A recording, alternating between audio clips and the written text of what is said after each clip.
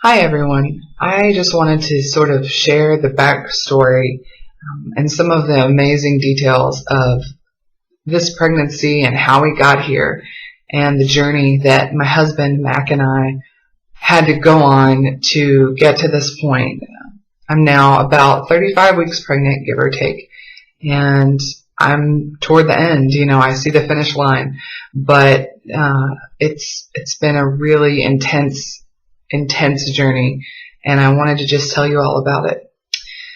When I was 12 years old, I was diagnosed with polycystic ovarian syndrome.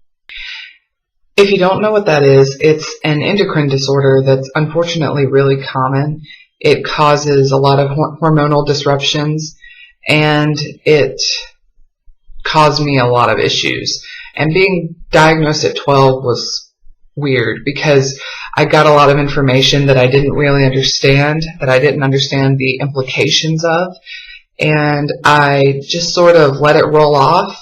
But the one thing that did concern me was that the doctor told me I may have trouble ever having a baby. And I'd always wanted children, and I, obsessively played with dolls and pretended they were my babies, and it was a strange thing to hear, but I was still 12 years old. I just didn't understand the depth of it, what it would really mean for me. So fast forward many years, and when my husband and I got married, we knew immediately that we wanted to try to have a family. Now, my teen years, especially from about 16 to 19, I had a lot of hormonal problems. My body was so inconsistent, and it just revolted, it felt like. And it felt like my hormones were working against me, my body was working against me. And so I knew that I was going to have some trouble with pregnancy. So one of the first big things that I chose to do to try to optimize my chances to conceive was that I lost a lot of weight. I lost about 90 pounds, and that was incredibly helpful. And shortly after I hit that 90-pound mark, I discovered that I was pregnant. And we were so excited. This took about, I guess we'd been married for not quite a year, so it took about not quite a year. But we were so excited and, nervous, and we had all those, feelings you get. But unfortunately, because of what I knew about PCOS, I also had this fear, this dread. What if something goes wrong? What if I have a miscarriage? What if something's wrong with the baby? Unfortunately, it was a scary time for me, and I didn't really have any peace, and I wasn't able to just enjoy being pregnant. A few weeks later, unfortunately, I miscarried. And so in my mind, I'd proven myself right. And it was really heartbreaking, and it was hard for our marriage. It was just difficult. It was tough. We were both just devastated, and we trusted God, and we held on to our faith, but we were confused. Like, why had this happened? I knew miscarriage was common though, so, we just continued on our path of trying to have a baby. I found out about 2 months later, after my miscarriage, that I was pregnant again. And, we were still excited, but we had that hesitation because of what had happened the last time. And then sure enough, unfortunately, just a couple of short weeks later, pretty early on, I had another miscarriage. At this point, the doctor said, well, it's not good, but unfortunately miscarriages are so common that you can have two back to back and it just be what he called bad luck. About 2 months later, again, we discovered that we were pregnant again. And it was a little different this time. We felt, more at peace. We felt excited. We felt, we didn't feel that we knew how it was going to go, but we enjoyed it more, and we were excited. And everything seemed to be going well. Some concerning things that occurred in both of the prior pregnancies weren't happening in this one. And so we felt pretty confident that everything was going well. About 9 weeks pregnant, I was a couple of days from my first ultrasound, and unfortunately, late one night, I started having some really terrible pain, and I had another miscarriage. When I miscarried that baby, I did not have the same feelings I had had the last 2 times. I was heartbroken. I was dismayed, but my heartbreak was coupled with peace. We just felt peace. We felt that we could almost literally physically feel God's arms on us, comforting us. And we felt not alone, we felt like it wasn't the end. We had trust and confidence that that baby, like the last 2, were with God, and we were able to just feel peace about the whole thing. But it was the 3rd miscarriage, which is when doctors even start sort of saying, something could be wrong here. Something may not be quite right. I had several people talk to me about how I should go see a specialist, but the doctor, my primary care doctor, told me that it was an 18-month wait. So we weren't really interested in attempting that. We didn't even have that much longer living here in Japan where we live. And so we just decided to not worry about it, to just put it in God's hands for that time, and not worry, and hope for the best. A few months later, we had always wanted to adopt. We'd always talked about adoption from the time we were dating. Adoption was something that we knew that we wanted to do someday, but it seemed like this was the time to do it. We had been unsuccessful in staying pregnant. Unfortunately, we'd lost 3 babies, and we just felt like, maybe now is a good time to start our family through adoption. And so we, met with a social worker. We started all of that. We did all of the initial paperwork. We started to prepare for our home study, and we met some really big roadblocks. It's kind of a long story, but basically that door was closed, and we were confused. We were upset. We were hurt. We just wanted to be parents. We didn't understand why this was happening. So in August of last year, we finally decided, August of 2013, we finally decided, Mac really encouraged me to just go back to my primary care doctor and just see what he thought might be going on, because there had been several months past at this point, and not only had I not gotten pregnant, I had had no signs of fertility whatsoever during that time. I'd gained some weight with each pregnancy between, pregnancy and just, frankly, emotional eating, not exercising, just being sad. So I gained some weight, but not a lot. And I was confused as to why my body was so hormonally unbalanced again, but it was. And so we decided, and I agreed to go back to my primary care doctor. And I found out that my primary care doctor had changed. So I went to a new doctor, and I told him what was going on and what I'd been through.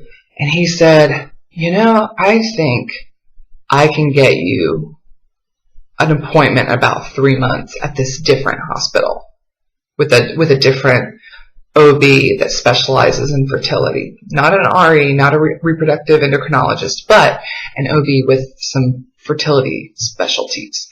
So I said, hey, 3 months, that would be great. We could totally do that. So he said, let me go make some calls. I'll be right back. When he came back, he said, could you go in 2 weeks? I was shocked. I was completely floored. I was not expecting that. It went from 18 months to 3 months to 2 weeks. I said, sure, yeah, I'll make it work. Well, the day before my appointment, I got together with a lot of friends that are part of an organization that I'm involved with here in Japan called PWOC. It's a military chapel organization, and they all prayed for me before this appointment. They covered me in prayer, and they just encouraged me, and I was confident. I didn't know what was going to happen. I didn't know if it would be good or bad news, but I felt like I might get some answers. I felt like we may make some progress. We may understand what was happening. So we went to the doctor the next day, and he was such a kind man. He was so compassionate. He was very, thorough, and he had really read my chart. He'd read what I'd been through. And he said, based on where you are right now in your cycle, you are perfect to start this medication tomorrow. You can start this medication to possibly help you get pregnant, or at least to give us something to work with, some information. And you'll take it for 5 days. It's called Clomid. I'm sure many of you know what it is. I started it the very next day. He said, we're going to do a full hormone panel. We're going to do tons of blood work. We're going to try to find out why you're miscarrying too. But we're also going to try to see if we can get you pregnant. So I started the very next day, and I took those 5 days of pills. And I thought, I don't know if this is going to work or not. I don't know what's going to happen, but I'm just going to try it and we'll see. So I took the medication, and Mac and I went about our business. And I had all that blood work done, and I didn't really think about the appointment again for a few weeks. And then I took a test, and I was pregnant. As soon as I saw that positive test, this feeling of confirmation came over me. I can't even really describe it, but I knew that this was going to be our baby, that we were going to have this baby, that this would be the baby that we would know personally on earth and that we could raise. And so I had peace, and I was excited. And I decided in that moment that no matter what did happen, I was going to be excited every day that I was pregnant. Every day that I had that baby with me, I was going to be thankful for that baby, and I was just going to rejoice because, you never know how long you have with anyone. And I decided that no matter how long I had with this baby, I was going to love it. So we, scheduled that first ultrasound, and I went to the ultrasound. We saw the heartbeat, and it was amazing. And I was just overwhelmed with love for this little child. And about 2 weeks later, I was about 13 weeks pregnant at this point, and the doctor's nurse called me and told me, we have some information about your blood work. And it had been so long since I had had it at this point that I was like, oh, okay, what did you find out? Apparently, my blood was consistent, my blood work was consistent with a diagnosis of something called antiphospholipid syndrome. It's a clotting disorder, basically, and it causes recurrent miscarriages in a lot of women. And it's kind of a stressful thing to go through. A lot of women have to take injections every day of pregnancy of medications like warfarin or heparin to avoid clotting, and it's just really scary. Luckily, I didn't have enough of the risk factors to have to do injections, but I took baby aspirin, and that was it. I mean, she had, at that point, when we found out that I had antiphospholipid syndrome, the baby had already gotten to a point in her growth that she was past the most dangerous part, which was amazing, and it was a miracle on its own. And then we continued. I took the baby aspirin, had 0 signs of this disorder, had no scary or, stressful things that had happened with prior pregnancies happen. Everything was just ideal. And this whole pregnancy has just been incredibly ideal. It's been pretty easy. I've felt good for the most part, and I just can't express my gratitude enough. It's been awesome.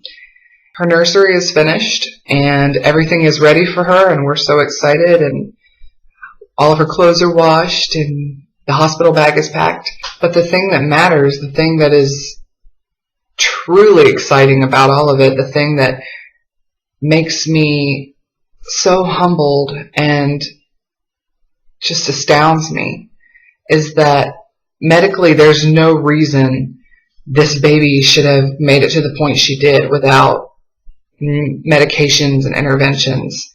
And she did. There's no reason that I should have been able to get that appointment that quickly, but I did. There's no reason that I should have gone to that appointment on the exact day I needed to be able to start the medication the very next day, but I did. And the thing that I have learned throughout all of this, and am continuing to learn, and I have no doubt motherhood will teach me this every day as well, is that God is all powerful, and He is in control, and He is merciful and kind, and He can do all things. There's nothing He can't do. And my broken body was no match for His power. My broken heart, my broken spirit, they are no match for His power. He is amazing, and I'm so thankful for this little girl. I cannot wait to be her mommy and to meet her and to hold her. And it's just going to be amazing. And I promise we'll share her with you via video as soon as possible. As soon as she's born, we'll try to get some video up for you guys. But until then, keep us in your prayers, and just keep our baby in your prayers. And I'll talk to you all later. Bye.